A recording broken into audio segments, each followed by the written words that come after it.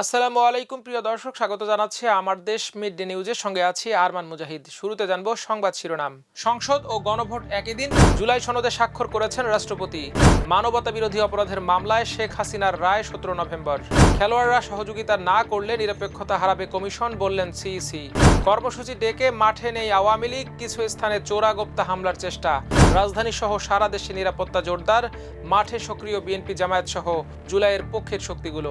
British প্রধানমন্ত্রী স্টারমারকে ক্ষমতাচ্যুত করার পরিকল্পনা। পাকিস্তানের নিরাপত্তা শঙ্কায় শ্রীলঙ্কান জাতীয় ক্রিকেট দল।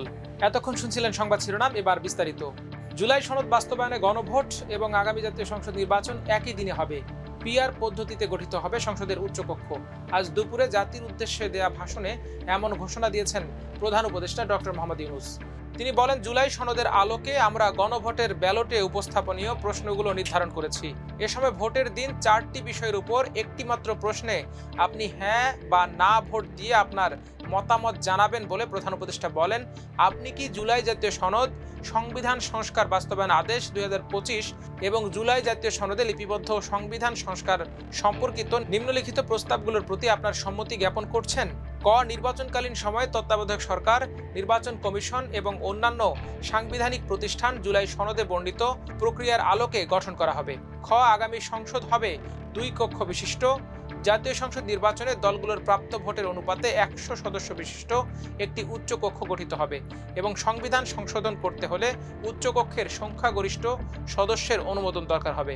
গ, সংসদের নারী প্রতিনিধি বৃদ্ধি, বিরোধী দল থেকে ডেপুটি স্পিকার ও সংসদীয় কমিটির সভাপতি নির্বাচন, প্রধানমন্ত্রীর মেয়াদ সীমিতকরণ, রাষ্ট্রপতির ক্ষমতা বৃদ্ধি, মৌলিক অধিকার সম্প্রসারণ, বিচার বিভাগের স্বাধীনতা ও স্থানীয় সরকার সহ বিভিন্ন বিষয়ে যে 30টি প্রস্তাবে জুলাই জাতীয় সনদে রাজনৈতিক দলগুলোর ঐকমত্য হয়েছে, সেগুলো বাস্তবায়নে আগামী নির্বাচনে বিজয়ী দলগুলো বাধ্য থাকবে। জুলাই সনদে বর্ণিত অন্যান্য সংস্কার রাজনৈতিক দলগুলোর প্রতিশ্রুতি অনুসারে বাস্তবায়ন করা হবে। এদিকে এর আগে বহুল প্রত্যাশিত জুলাই সনদে সই করেন রাষ্ট্রপতি শাহাবুদ্দিন চুপ্পু। বৃহস্পতিবার এই সনদ সই করেন তিনি। তবে ছাত্র জনতার পক্ষ থেকে এর আগে বলা হয়েছিল যে রক্তের বিনিময়ে লেখা জুলাই সনদে যদি ফ্যাসিবাদী হাসিনার নিয়োগ করা রাষ্ট্রপতি সই করেন, তাহলে তা মেনে নেওয়া হবে না। একই সাথে জাতীয় জুলাই সনদ সংবিধান সংস্কার বাস্তবায়ন আদেশ 2025 জারি করেছে সরকার। বৃহস্পতিবার আইন, বিচার ও সংসদ বিষয়ক মন্ত্রণালয়ের লেজিসলেটিভ ও সংসদ বিষয়ক বিভাগ থেকে এ বিষয়ে গেজেট প্রকাশ করা হয়েছে। এদিকে জুলাই আগস্ট আন্দোলনের সময় সংগঠিত মানবতা বিরোধী অপরাধের মামলায় ক্ষমতাচ্যুত প্রধানমন্ত্রী শেখ হাসিনা সহ 3 জনের বিরুদ্ধে আন্তর্জাতিক অপরাধ ট্রাইব্যুনাল রায় ঘোষণার তারিখ নির্ধারণ করেছেন। এ মামলার রায় আগামী 17 নভেম্বর ঘোষণা করা হবে। আজ বেলা 12টা 9 ট্রাইব্যুনাল 1-এর চেয়ারম্যান বিচারপতি মোহাম্মদ গোলাম মর্তুজা মজুমদারের নেতৃত্বাধীন 3 সদস্যের বিচারিক প্যানেল এদিন ধার্য করেন। ট্রাইব্যুনালের বাকি সদস্যরা হলেন বিচারপতি মোহাম্মদ শফিউল আলম মাহমুদ ও বিচারপতি মোহাম্মদ মহিতুল হক এনাম চৌধুরী। এ মামলার অপর 2 আসামি হলেন সাবেক স্বরাষ্ট্রমন্ত্রী আসাদুজ্জামান খান কামাল ও পুলিশের সাবেক মহাপরিদর্শক চৌধুরী আবদুল্লাহ আল মামুন। সাবেক আইজিপি মামুন রাজসাক্ষী হিসেবে জবানবন্দি দিয়েছেন। ট্রাইব্যুনালে প্রসিকিউশনের পক্ষে ছিলেন chief prosecutor Mohammad Tajul Islam, prosecutor Mizanul Islam, Gazi এম.এইচ Tamim, Faruk Ahmad সহ অন্যরা। এদিকে রাজনৈতিক দলগুলো নির্বাচনে খেলবে আর নির্বাচন কমিশন নিরপেক্ষ রেফারির ভূমিকা পালন করতে চায় উল্লেখ করে প্রধান নির্বাচন কমিশনার এ.এম.এম নাসির উদ্দিন বলেছেন, খেলোয়াড়রা সহযোগিতা না করলে নির্বাচন কমিশন তার নিরপেক্ষতা হারাবে এবং পুরো নির্বাচন প্রক্রিয়া প্রশ্নবিদ্ধ হবে। বৃহস্পতিবার সকালে আগারগাঁয়ের নির্বাচন ভবনের সম্মেলন কক্ষে রাজনৈতিক দলগুলোর সঙ্গে সংলাপের শুভেচ্ছা বক্তব্যে সিসি এই মন্তব্য করেন। নির্বাচন কমিশন পোস্টার নিষিদ্ধ করলেও ঢাকা সহ সারা দেশে এখনো পোস্টার সে আছে। এ প্রসঙ্গে সিইসি বলেন, ইসি পোস্টার নিষিদ্ধ করার পরেও শহরের যে চিত্র তা অনভিপ্রেত। পোস্টারগুলো যদি দলগুলো নিজেরাই স্ব উদ্যোগে সরিয়ে ফেলে, তবে এটাই হবে সবচেয়ে ভদ্র আচরণ। আচরণবিধি ভঙ্গের ক্ষেত্রে কমিশন কোনোভাবেই ছাড় দেবে না। একটি বিশেষ পরিস্থিতি এবং বিশেষ সরকারের অধীনে নির্বাচন করতে গিয়ে কমিশনের ওপর নানা ধরনের চাপ আসছে বলেও মন্তব্য করেন সিইসি। এ কারণে তিনি আগের চেয়ে কয়েক গুণ বেশি সহযোগিতা চেয়েছেন নির্বাচনে অংশীজনের কাছে। প্রধান নির্বাচন কমিশনার এ.এম.এম নাসির উদ্দিন সামাজিক যোগাযোগ মাধ্যমের অপব্যবহার নিয়ে উদ্বেগ প্রকাশ করেন। তিনি এই অপব্যবহারকে একটি মুসিবত বা বড় বিপদ হিসেবে আখ্যায়িত করেন। এদিকে ঢাকা লকডাউন কর্মসূচি ঘোষণা করে আজ রাজধানী সহ সারা দেশের কোনো স্থানে আওয়ামী লীগের তৎপরতার খোঁজ পাওয়া যায়নি, তবে কয়েকটি স্থানে চোরাগোপ্তা হামলা করে যানবাহনে আগুনের ঘটনা ঘটেছে। এ পরিস্থিতিতে ঢাকা সহ সারা দেশে নিরাপত্তা জোরদার করা হয়েছে।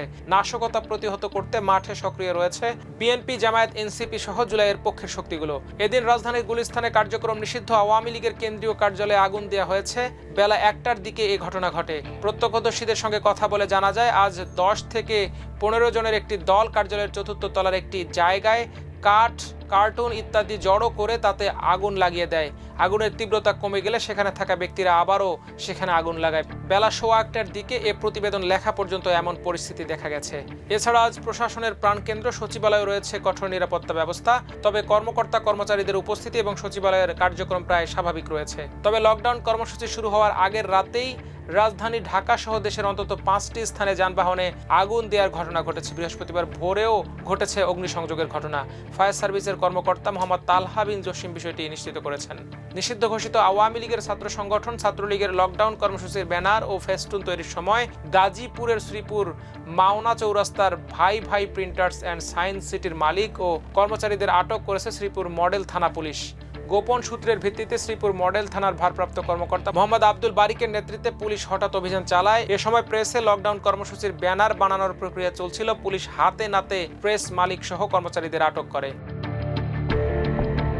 এদিকে ব্রিটিশ প্রধানমন্ত্রী কিয়ার স্টারমারের নেতৃত্ব নিয়ে লেবার এমপিদের পক্ষ থেকে কোনো চ্যালেঞ্জ ছোড়া হলে তার বিরুদ্ধে তিনি লড়বেন বলে স্পষ্ট করেছেন মিত্ররা। কিয়ার স্টারমারের অনুগতদের শঙ্কা, আগামী বাজেটের পরপরই তার পদ নিয়ে তাৎক্ষণিকভাবে হুমকির মুখে পড়তে হতে পারে। সমালোচকরা বলছেন এটি প্রমাণ করে যে ডাউনিং স্ট্রিট এখন পুরোপুরি প্রতিরক্ষামূলক অবস্থানে আছে, যা সংকট মোকাবেলায় বর্তমান সরকারকে কোনোভাবেই সহায়তা করতে পারবে না। প্রধানমন্ত্রীকে তার পদ থেকে সরানোর জন্য নেপথ্যে ষড়যন্ত্র চলছে বলে উদ্বেগ প্রকাশ করেছেন তার অনুগত ও মিত্ররা।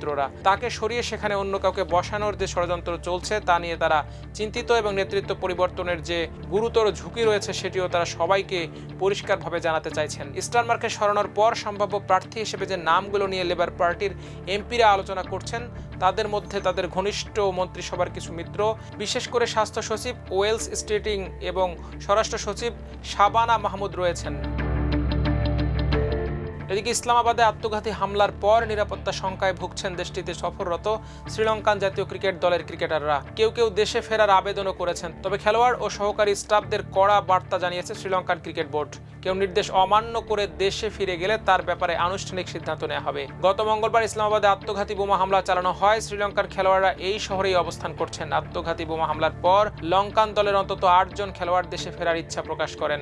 ESPN ক্রিক ইনফো জানিয়েছে, এ নিয়ে বুধবার গভীর রাত পর্যন্ত খেলোয়াড় টিম, ম্যানেজমেন্ট, SLC ও পাকিস্তানের নিরাপত্তা কর্মকর্তাদের মধ্যে বৈঠক চলে। এমন পরিস্থিতিতে সিরিজের বাকি 2 ওয়ানডে একদিন করে পিছিয়ে দেওয়া হয়েছে। পাকিস্তান ক্রিকেট বোর্ড চেয়ারম্যান ও দেশটির স্বরাষ্ট্রমন্ত্রী মহসিন নাকভি জানিয়েছেন, সংশোধিত সূচি অনুযায়ী ম্যাচগুলো অনুষ্ঠিত হবে 14 ও 16 নভেম্বর। পূর্বের সূচিতে 13 ও 15 নভেম্বর ম্যাচ দুটি হওয়ার কথা ছিল। বোর্ডের বিবৃতিতে বলা হয়, যদি কোনো খেলোয়াড় বা স্টাফ সদস্য বোর্ডের নির্দেশ উপেক্ষা করে দেশে ফেরে তবে তাদের কর্মকাণ্ড পুনর্মূল্যায়নে আনুষ্ঠানিক পর্যালোচনা চালানো হবে এবং পর্যালোচনা শেষে পরবর্তী সিদ্ধান্ত নেওয়া হবে। দর্শক, আজ এ পর্যন্তই। সবাই ভালো থাকুন, সুস্থ থাকুন, থাকুন আমার দেশের সঙ্গে। আল্লাহ হাফেজ।